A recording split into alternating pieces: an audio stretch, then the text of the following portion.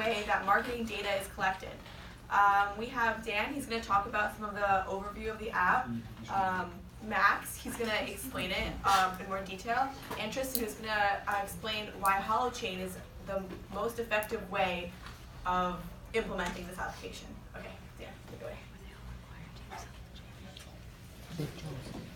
Hello everybody, my name is Dan. What we've come up with for this blockchain hackathon is a platform for market analysis and collecting data from users. And the reason we accomplished this using Holochain for, you've heard agent-centric. Really what that means in our case is that any event that happens on an app that we run on our platform is an event that is signed to the agent who performs this event. And so when they do things on an application, all of those events will be signed to the agent and in a way kind of grouped to that agent. So we're going to use the fact that rather than on a blockchain, that all the information done is stored on all of the nodes on the network. On our network, the individual nodes, the fact that they all contain the behavior of a specific user, we're going to use that to collect market information. And we're going to show you how this platform is in use with an application that we developed called Charity Rank, which is going to use our platform to show how this data collection would work. So I'm going to introduce Max over here, and he's going to give you guys a tour of the app we created. So enjoy.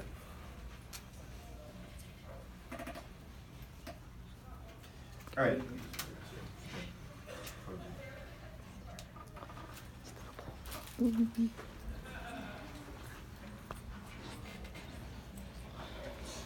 Okay, so here's a very basic look at what such an application would look like. Over here we have a list of charities displayed, and if you were to click on any one of these, for example, IJ right here, you'd get some more detailed information. So we see that this is the Institute of Justice. Their cause is related to pro bono legal advice and representation. You can take a look at their yearly revenue. You can take a look at how much, the percentage of their profits that they're actually spending on their charitable work. And this goes for every single other charity that we have on this list. Now, the part where the user comes into this is they give a rating. So the user is asked to input a rating of this charity based on how effective they think it is, how it corresponds to their views, and that's the information that we're looking for in this application.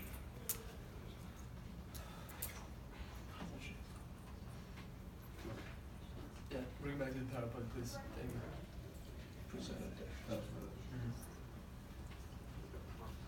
So,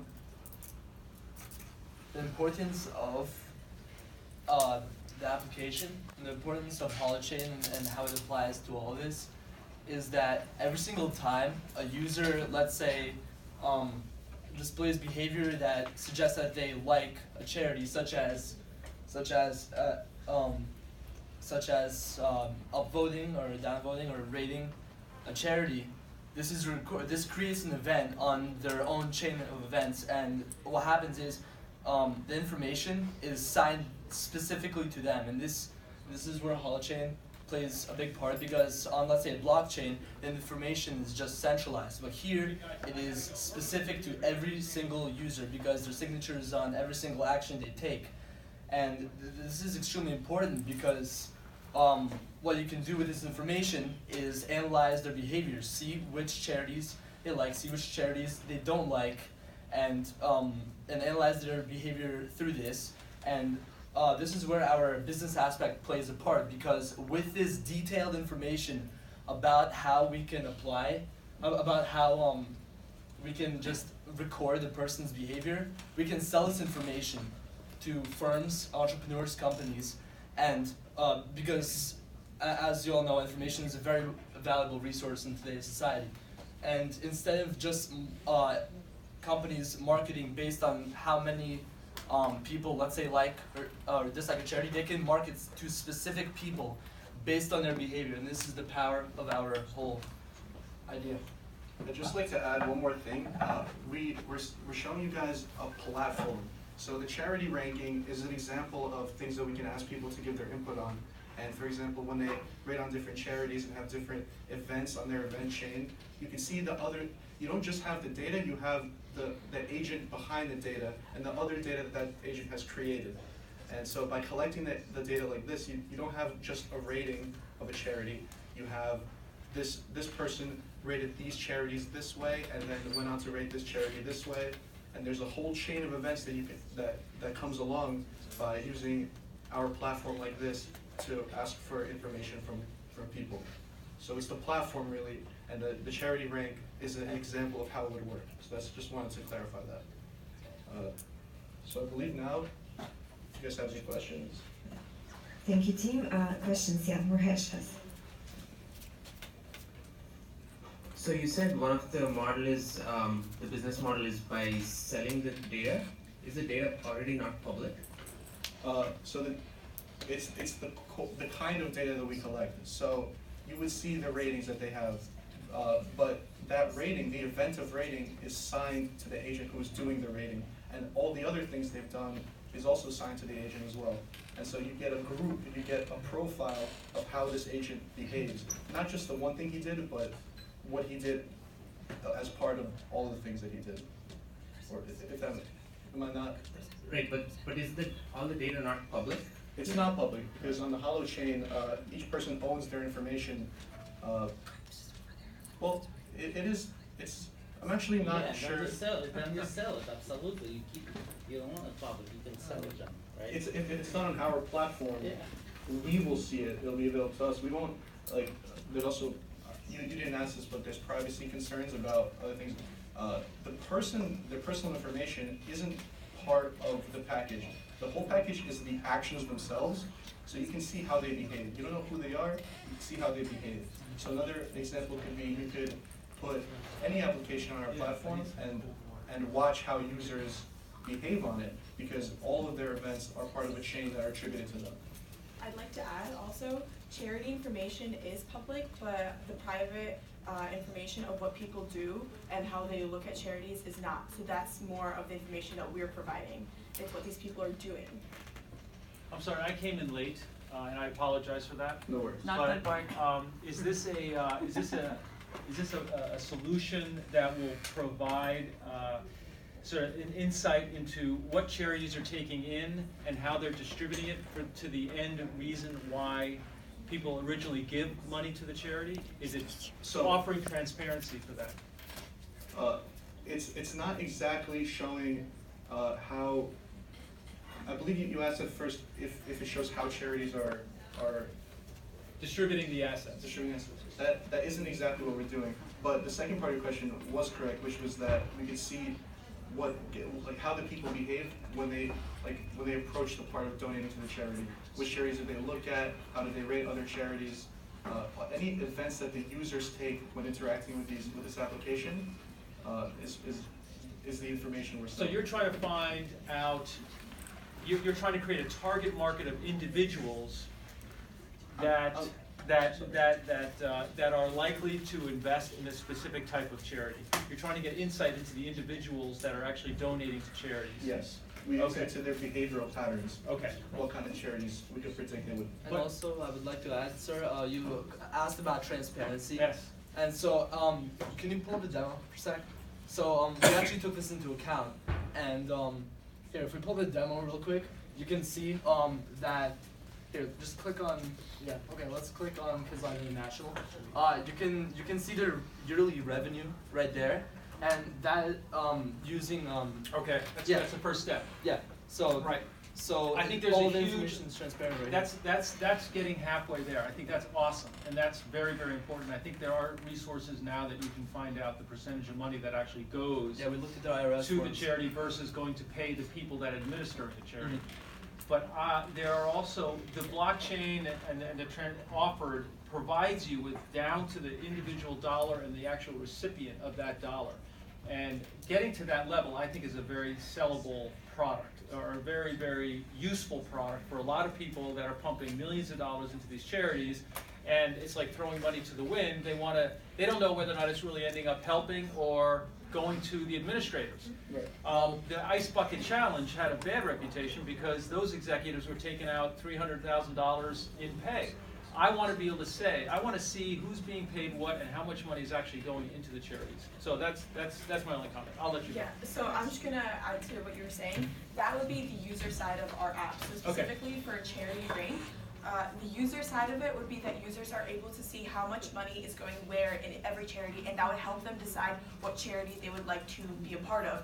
And then on the other side of what we're selling for the marketers, they see what users trust, they see what charities they chose, and that's the information that they want to That's use. very valuable. Okay. That's the point. That's so tremendous. what we created would be a way of collecting this information, but this specific app, like in this example, it's just for transparency and for users to both donate with more knowledge of what they're donating to, and for the stats. Good. Is the simple way of explaining this is that it's, and thanks Bart, great to see you here. Is it more about predictive data? So, in 90% of the time, this is the behavior that led to a conversion or someone investing with respect to this. That's all people are interested in. We're giving them predictive data. Is that the term that you're trying to get to? That's exactly a benefit of our process, yes. So for the technology side, the transparency of the data is great. I'm not convinced on the rating system. I think that's highly subjective in terms of, especially the reason people want this data is because they don't know if the charity they're donating to is any good. So I feel like that bit of it is a bit arbitrary. Could I address that? Yeah, sure. So the rating was just to show that this is the point at which the user is asked, I'm sorry for the mic interference, but this is the point at which the user is asked to provide the information. Mm-hmm. So this is more, it isn't arbitrary, this is just, that's what I mean. This is the place where events can be generated. This could be more of like different categories, how they would rate them, or, I'm sorry, I don't know how to fix this. It's okay, you're fine. This is to show that when you have an application on our platform, we can track how they interact, how they end up deciding which charity to go to, and it's the fact that it's being collected under that one person's signature that you can track what they've been doing and stuff like that.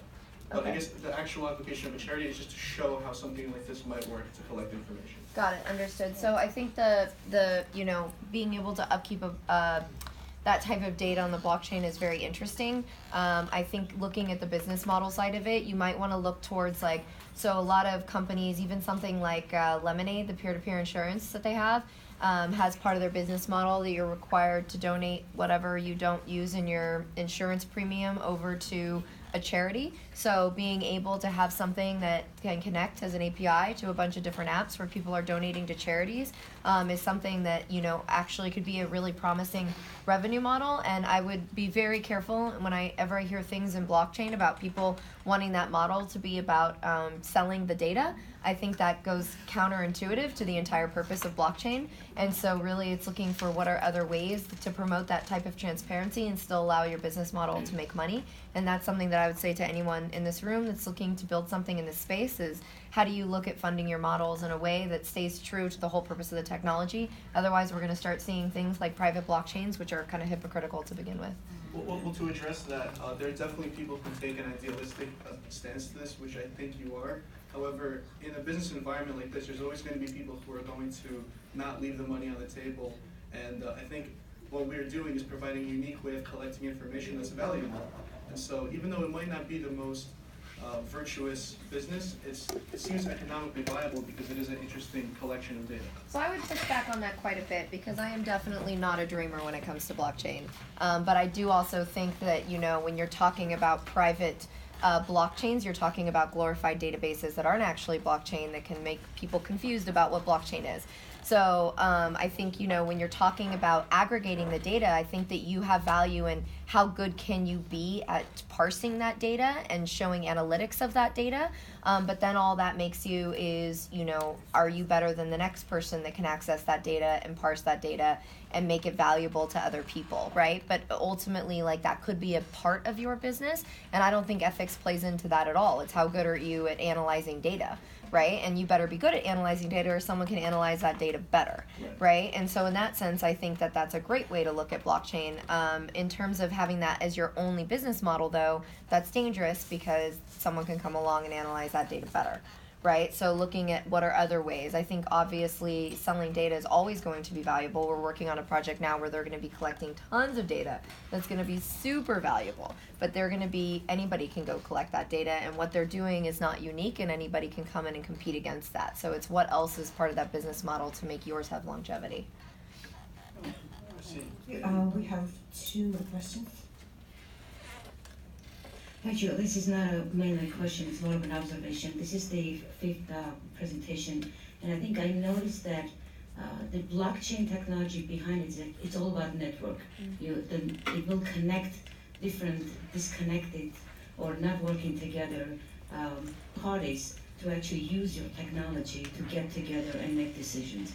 So this is great, and as a user, I wouldn't know what decision to make. You kind of leave it up to me. Instead, you could actually connect all of these minuses and pluses into something and say, well, based on this, here is the solution going to the other charity. So using all this data, make some decisions or some recommendations, that's one. So it's only showing this, it's not enough for me. I would probably come here twice and then would not come here a second or third time. Secondly, there is no network. Who are the partners? Blockchain is not about your application, it's about who are you connecting to help the user to make further and better decision or change the life of some problem that cannot be resolved because they don't talk to each other, they don't help each other, they don't see the problem connected. So where is that behind? So, well, Holochain actually isn't a blockchain network, and one of the things that I'd like to also ask is not to get too hung up on the inputs of this app. This app is to demonstrate how we could connect different data points to the user who created the data, to the agent who's making these data. So that's the real draw. In this case, you can put anything. It could be charities, it could be iPhone applications, it could be advertising, it could be anything where users are asked to give their opinion, or really, honestly, to do anything. It's because you can track the different points of data to the user who is creating it that makes it so valuable. It's no longer one rating, it's this rating and this other rating and this other rating all came from this one user, and we can predict where he's going and stuff like that. But to add on to that, if we were looking at this specific example, we're connecting the charities to people who want to donate to charity, because it's shown that people are very mistrustful of where their money is going when they donate. So in this example, they can see where the money is going in each charity, and they can find a charity that they didn't know about before using our app that they would like to help and support. But again, the main draw is to collect the information from the users based on their behavior. Is kind of what I'd like to get across. So I'm going to go back and also add to Jacqueline's point. We are going to go back to talking about the data itself and the commodification of it. So at one point during your presentation, you said they own the data. So if they own the data, then how is your business making money? How are you selling their data? What it means that they own the data is that the events they do, they rate, that's an event, for example, yeah. It's signed with their own unique signature. And every event they do has that same signature. So what it means to say that they own the data is more that this data has been created and generated by this user. It is attributed to that user. They're not holding it, it's not in their pocket, it's done on our... Understand, but when you are selling the data, if they own it, then that means that they would essentially be making money off of your sale of their property. They should be.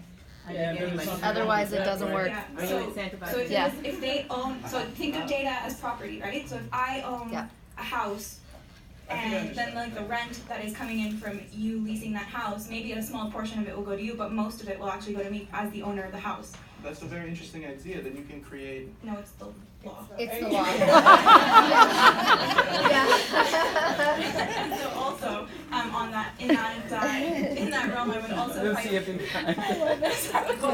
the law, and so I also caution you to look at towards regulation, right? Because for this platform to work, it also would need to be GDPR compliant, and so there needs to be some sort of accountability in terms of data ownership, who's profiting off of it, and it's not from an ideological standpoint, but from a legal standpoint, and not just like related to blockchain, but data ownership as a whole. So I would encourage you to. Yeah, so I just want to address that point because I think when you go into addressing Can we who get owns my- what, I think that's a very good point, and I actually have just answered that. So there was a really interesting case a couple years ago called Carpenter versus the United States, and I'll summarize it really quickly. The majority ruled that specifically online data, once it is disclosed to a third party, if that information is disclosed through regular business operations, that person no longer owns that data. It is 100% owned by that corporation. So, but I think the point, I think that, You sounded good. it's almost, but I think the point that both parties are working on making here, and we're working, I think, is make here, is that like, ultimately, if you're looking at, and like, we're digging into you because you guys seem to like actually be close to kind of getting really where these things can be. So we're gonna dig into this one because making sure that you guys walk out of this room with a strong understanding of what actually could be a really strong application here, I think is really important to the whole purpose of a hackathon, right? Yeah. So when you're looking at collecting this data, like, sure, let's say you're right, okay? Then if that's the case, then why blockchain? Why are people incentivized to participate in something that's supposed to be for transparent data? Either A, it's a way for peers to actually be rewarded. Like, I love the idea of the BAT token because I love the idea of being like, sure, my data is going to be taken anyway and other people are making money off of it. I want some of that money off my own data and I want to control how much data I get so I can get money off that data, right? Like, that's a solid business model. It's like, if I'm selling my own stuff, I at least should be able to make a profit on it, right? So there needs to be some sort of deep understanding of what is the incentivization of the people that are participating in a model like this. Why essentially what you're talking about is like data that's already open to the public. So right now you're talking about data aggregation. You don't need blockchain for that. You don't need blockchain to create this app of data aggregation. And you don't really need blockchain to get people to participate, especially if they're not being rewarded in that. So I think where we're pushing back on here is like, why is blockchain necessary? Like, you could use blockchain, but why overcomplicate an app that then you're going to have to pay some sort of fees for and have to manage the transactions if there's not a good incentivization model around why that's the case? And I think we're kind of trying to dig in to find out what that's going to be from you guys. I can really summarize this really succinctly. How is this substantially different than Google Analytics? Yeah, there you go. Well, guys, just to comment on that, you do need a blockchain for transparency, right? To show all those transactions, and you need blockchain to show transparency, right? But right now, all that's like for these charities, they have to publicly show that stuff anyway. So the only thing it's going to do is ensure immutability. But even so, like then we're talking about like a slight case of like potential fraud in a particular situation. Not everything is shown publicly, right? So to your point, first you have to incentivize a company to share that information, right? And once that information is shared, the company, the users, they'll share it across the blockchain, right? How much money we draw out of the company, where this funds used, and all that, right? So technically, to be a 501c3, you have to do that anyway. So this might have been a poor choice to do that type of information. And then we go back to the last one with the ecosystem of why would private companies be incentivized to share that information at all? So one way or the other, you still are drawn into that problem. Not all the 501c data is passed to the public. I feel like only financial. I feel like we're records arguing a piece of something to try to justify why the underlying thing still doesn't convince me why blockchain is necessary, right?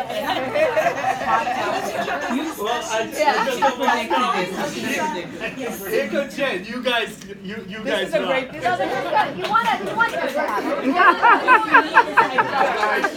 We have one last comment from Yeah. the Holochain architect. Yeah, let's do that. So just really important to note, they didn't say it was blockchain. No, they never They said said it was holochain. Right. And holochain, I know not all of you have been here through the weekend when we've had workshops, and I think it's a little unfair to expect them to defend the holochain architecture. As the architect, I can be responsible for that. But Get out of there. But in holochain, think of it not as a blockchain, but it's a little bit more like Git, not GitHub, but Git. Like each user has their own repository, plus BitTorrent, a DHT for sharing data. Every holochain application is its own peer-to-peer encrypted network. So it isn't public data necessarily. That network can be as easy to join or as hard to join as you choose to make it, whether you do KYC or whatever in the process for joining, or whether it's just anybody can install the software and be on.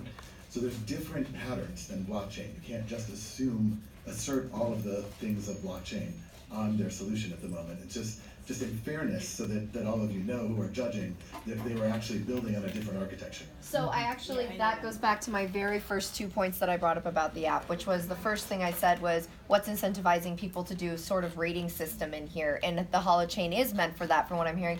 And I still haven't gotten an answer on that I feel comfortable with. And the second thing there to the same point is then I don't need holochain to collect that data, like the transparentness of the data of the charities in that specific situation. I wouldn't choose holochain for that. So I think like what you're talking about is an interesting use case of that privatized data, or not the privatized data, but the data that the people are choosing to contribute to that system. And I still don't see why I need holochain there, because you're talking about either A, I need to be incentivized to participate in the app, or and there has to be some sort of incentivization there that makes it worth me putting my data and giving it to holochain and giving it to you guys. So I feel like giving it to holochain, you actually have your own repo. You're holding your own data. Exactly for GDPR compliance and that kind of thing, you actually control your own data. So why do I give it to them? It's the same thing. Why do I give it to them? There is a shared data space in the DHT that it can be published to. There's both private entries and public entries. I know this isn't the place to explain the whole architecture, but they are choosing something that's a slightly different pattern. It's I still- totally understand, so maybe then you answer my question. But again, Like, I feel like they're irrelevant, right? Like, it's not that I'm like putting down holochain. I just am trying to Yeah, be careful there. what the business is, right? Based on this,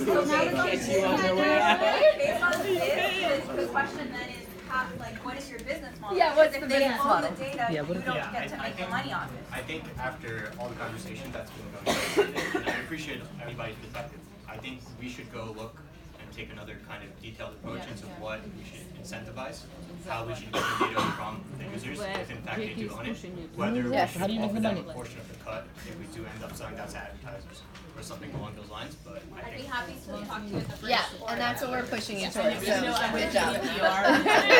Such a hot topic is what happened with Facebook and what's happening with GDPR. This is supposed to be the technology track, right? To be fair, I don't think I have one without the other. Here, say something, Beamer. The judges. Thank you, Vision Tech, thank you. Thank you.